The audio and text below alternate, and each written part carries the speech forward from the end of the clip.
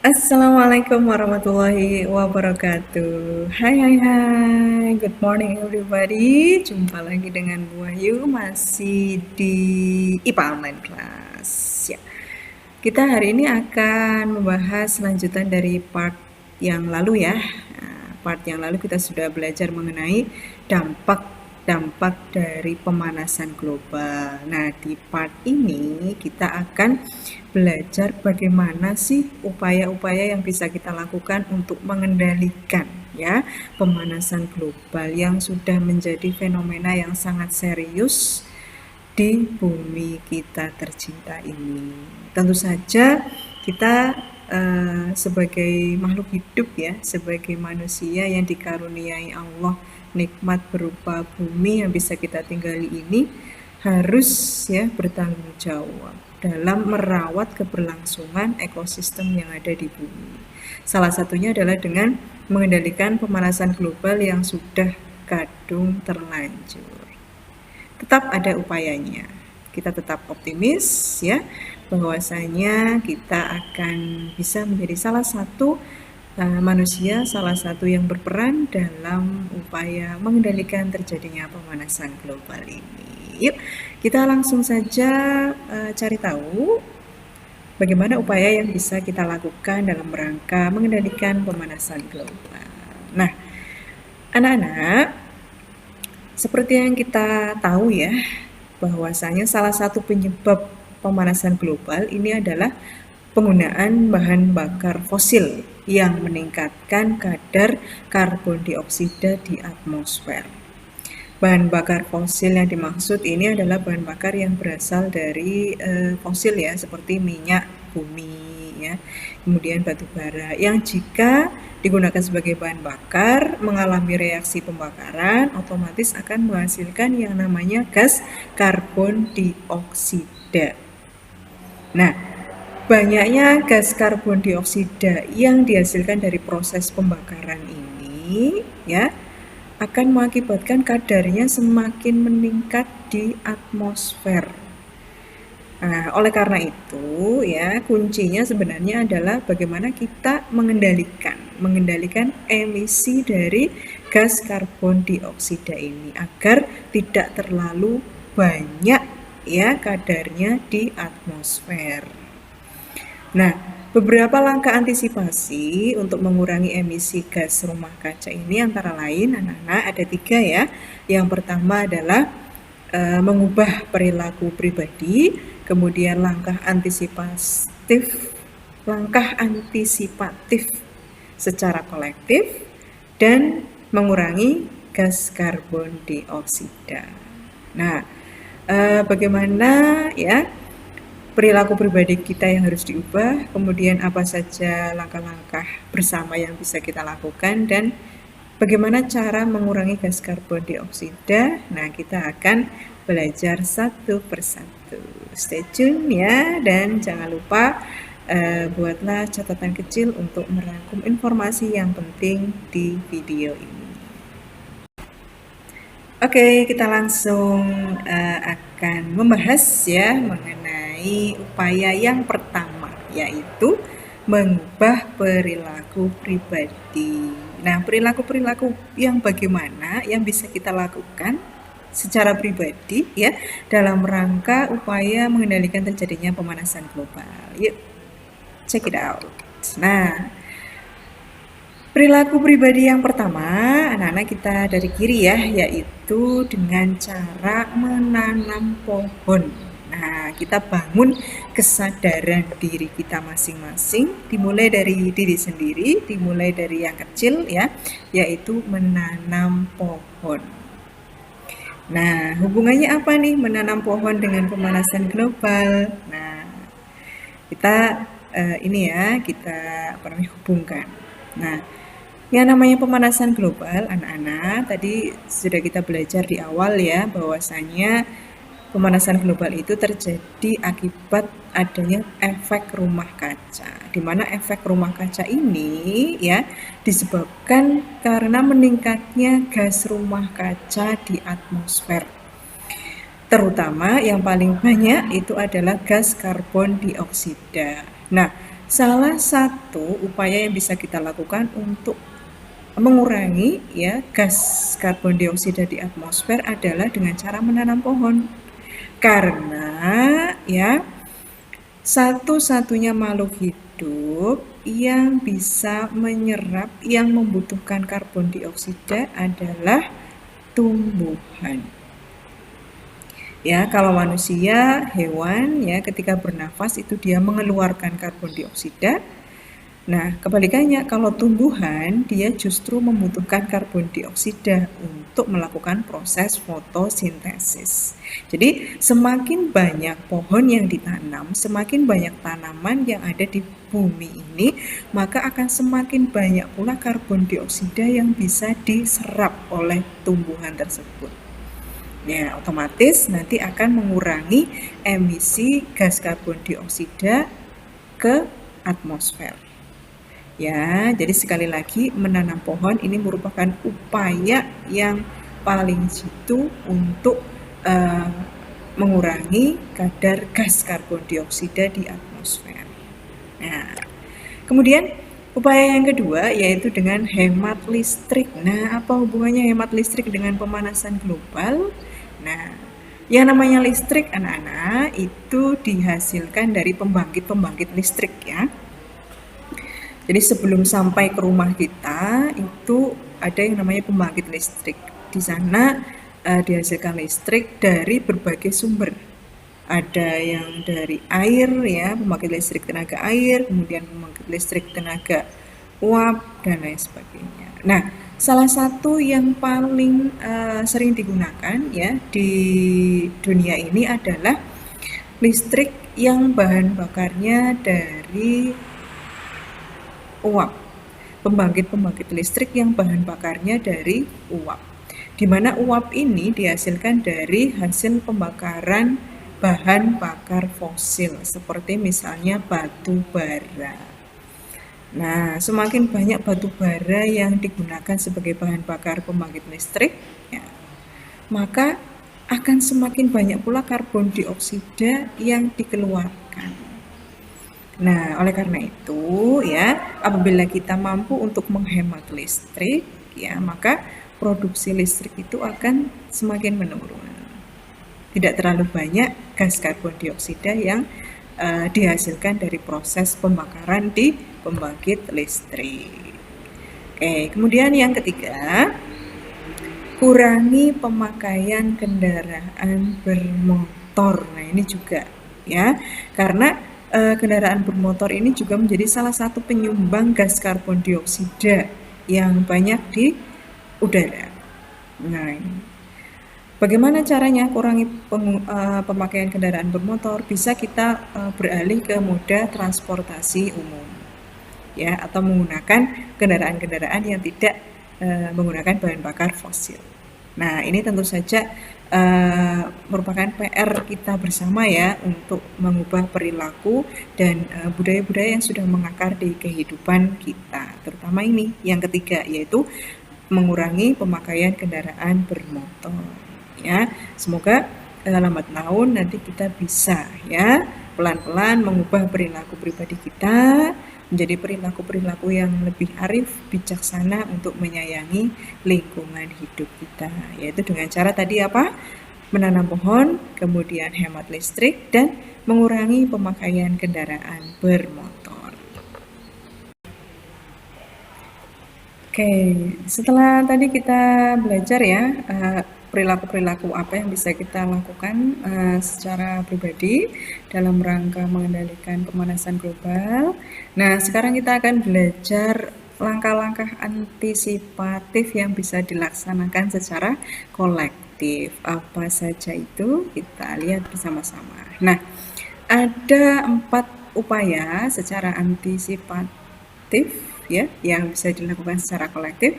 Yang pertama adalah menggunakan energi alternatif yang terbarukan.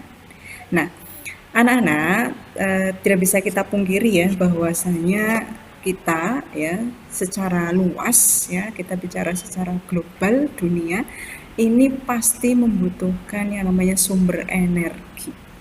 Sumber energi ini digunakan untuk menggerakkan hampir semua aspek kehidupan, terutama di industri. Ya, mulai dari kebutuhan listrik, ya, kemudian bahan bakar, dan lain sebagainya, ya, kawasan-kawasan industri, rumah tangga, ini semuanya membutuhkan yang namanya sumber energi. Nah, selama ini sumber energi yang biasa digunakan manusia itu kebanyakan, sebagian besar adalah berasal dari bahan bakar fosil, terutama adalah minyak bumi, kemudian batu bara. Nah, seperti kita tahu ya, yang namanya minyak bumi, batu bara itu adalah sumber daya alam yang nanti suatu saat akan habis. Dan juga ini apabila dibakar ya, mengalami ini pembakaran, akan menghasilkan gas karbon dioksida yang tidak sedikit. Oleh karena itu ya, langkah yang pertama adalah kita menggunakan energi alternatif yang terbarukan. Alternatif ya yang kemungkinan untuk mencemari lingkungan itu sedikit dan terbarukan. Terbarukan itu artinya bisa diperbaharui. Contohnya apa saja ya energi alternatif yang terbarukan? Kita lihat bersama-sama. Nah, yang pertama adalah matahari. Sinar matahari ya, sebagai sumber energi utama di bumi. Ya, ini bisa dimanfaatkan sebagai energi alternatif selain tadi ya minyak bumi maupun batu bara. Dan ini terbarukan. Ya, selama sinar matahari itu masih bersinar, selama matahari itu masih bersinar, maka dia bisa menghasilkan sumber energi.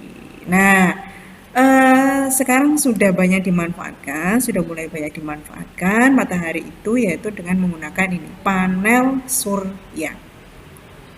Ya, panel surya atau solar cell ya, ini sekarang sudah mulai dikampanyekan untuk digunakan sebagai salah satu sumber energi alternatif terbarukan dan tidak mahal ya. Kemudian selain matahari, nah angin juga bisa kita gunakan sebagai sumber energi alternatif. Kemudian air, nah air juga ya sudah bisa digunakan untuk pembangkit listrik dan lain sebagainya. Kemudian selain itu juga, nah ini adalah panas bumi atau geotermal yang saat ini juga masih sudah mulai digunakan untuk menggantikan sumber energi yang berasal dari fosil seperti minyak bumi maupun batu bara. Nah, sebagai masyarakat ilmiah ya, sebagai pelajar, ilmuwan, maka sudah mestinya kalian mulai timbul rasa peduli terhadap kehidupan di bumi ini, bahwasanya kita membutuhkan energi-energi alternatif dan terbarukan sebagai salah satu bentuk inovasi. Nah, mungkin nanti kalian ya bisa juga menemukan sumber energi lain yang bisa digunakan, yang sifatnya terbarukan ya, murah, mudah didapat. Nah, itu nanti bisa dipublikasikan kepada masyarakat luas. Tapi tentu saja harus melalui proses penelitian yang baik ya, yang panjang. Nah, salah satu bekalnya adalah belajar. Lagi-lagi belajar. Oke. Nah, upaya yang kedua ya adalah melestarikan hutan. Ya, ini sudah ada hubungannya dengan menanam pohon. Ya, kita menanam pohon itu bisa kita lakukan secara pribadi, tapi kalau melestarikan hutan ini lebih kepada cakupannya adalah kolektif. ya. Bagaimana suatu masyarakat di wilayah tertentu ya di suatu negara itu bersama-sama bagaimana caranya untuk melestarikan hutan yang ada di wilayah tersebut. Jangan sampai hutan itu kemudian alih fungsi menjadi kawasan industri, kemudian perumahan dan lain sebagainya, karena nanti akan semakin sedikit tumbuh-tumbuhan dan pohon-pohon yang bisa menyerap gas karbon dioksida yang dihasilkan oleh proses industri, kendaraan bermotor, kemudian rumah tangga dan lain sebagainya. Oleh karena itu ya, mulai dari sekarang ya kita kampanyekan untuk melestarikan hutan kita sebagai salah satu bentuk kecintaan kita terhadap lingkungan hidup dan terhadap bumi kita. Kemudian upaya yang ketiga adalah menghapus penggunaan CFC. CFC ini adalah singkatan dari klorofluorokarbon. CFC adalah salah satu gas rumah kaca yang menyebabkan terjadinya pemanasan global. Apabila kadarnya semakin meningkat di atmosfer, bisa dipastikan nanti akan menyebabkan efek rumah kaca yang berimbas pada terjadinya pemanasan global. Oleh karena itu, salah satu upayanya adalah dengan menghapus penggunaan CFC. Nah, CFC ini anak-anak lebih sering digunakan pada peralatan-peralatan pendingin seperti misalnya kulkas ya, kemudian AC. Nah, oleh karena itu alangkah lebih baiknya ya industri-industri yang menghasilkan peralatan-peralatan itu untuk tidak menggunakan CFC sebagai salah satu upaya penyelamatan atmosfer bumi kita. Kemudian yang keempat ini adalah memperbaiki kualitas kendaraan dengan uji emisi. Nah, itu adalah 4 upaya yang bisa kita lakukan secara kolektif ya, secara bersama-sama dalam rangka mengendalikan pemanasan global yang terjadi di bumi kita.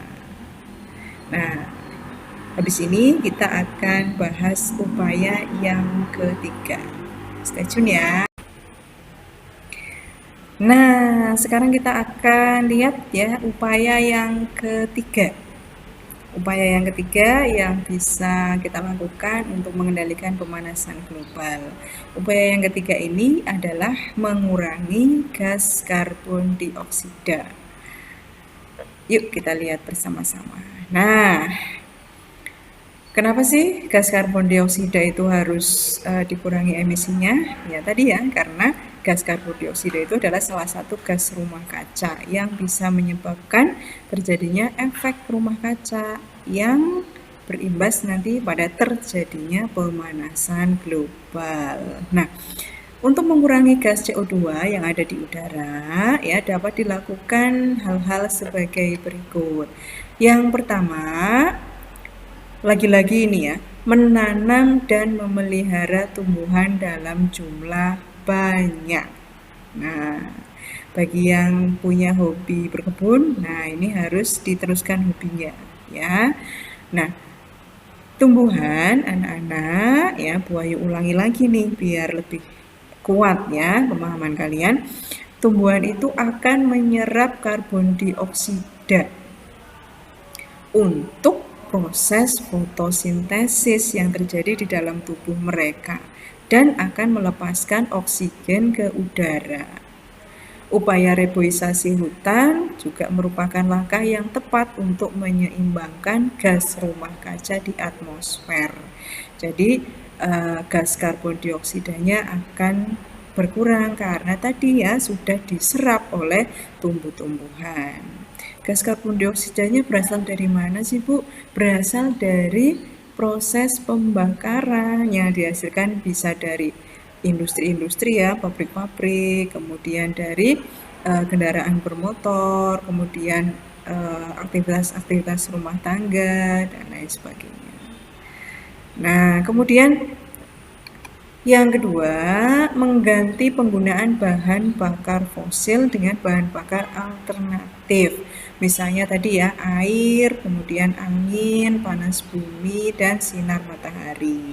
Kenapa? Karena bahan bakar alternatif itu tidak menghasilkan gas karbon dioksida.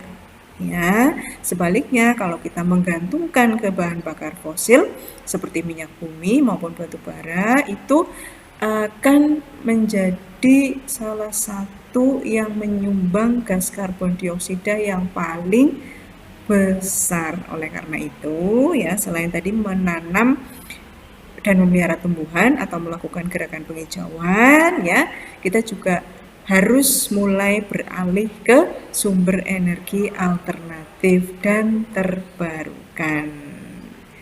Oke, begitulah anak-anak ya, upaya-upaya yang bisa kita lakukan dalam rangka mengendalikan terjadinya pemanasan global yang ada di bumi kita. Ya, sebagai manusia, sebagai hamba Allah, maka kita wajib untuk berusaha sebagai rasa syukur ya sudah dikaruniai bumi yang sangat indah. Maka yuk kita bersama-sama untuk melestarikan bumi kita, melestarikan hutan kita ya, kemudian menggunakan sumber-sumber energi yang terbarukan. Oke, karena bagaimanapun juga yang namanya bahan bakar fosil lambat laun akan habis cadangannya di dalam bumi. Nah, oleh karena itu, Wahyu mengajak kepada kalian semua anak-anakku yang sekarang masih duduk di kelas 7 ya, kelas 8, kelas 9, kelas 10, 11, 12, bahkan yang masih di sekolah dasar, yuk kita mari belajar dengan tekun, dengan giat, agar nanti kita bisa memiliki bekal untuk bagaimana ya kita bersama-sama merawat bumi kita, ya, merawat karunia yang telah Allah berikan kepada kita. Jangan disia-siakan agar tidak terjadi bencana-bencana alam yang nanti kita juga yang rugi. Begitu anak-anak, kiranya sampai di sini ya pembahasan kita mengenai pemanasan global. Nah, ini adalah part yang terakhir sekaligus untuk mengakhiri bab yang keempat yaitu pemanasan global. Kita akan berjumpa lagi di video-video berikutnya. Tetap semangat, jaga terus kesehatan, jangan lupa 5M di masa pandemi ini. Terima kasih atas perhatiannya. Wassalamualaikum warahmatullahi wabarakatuh.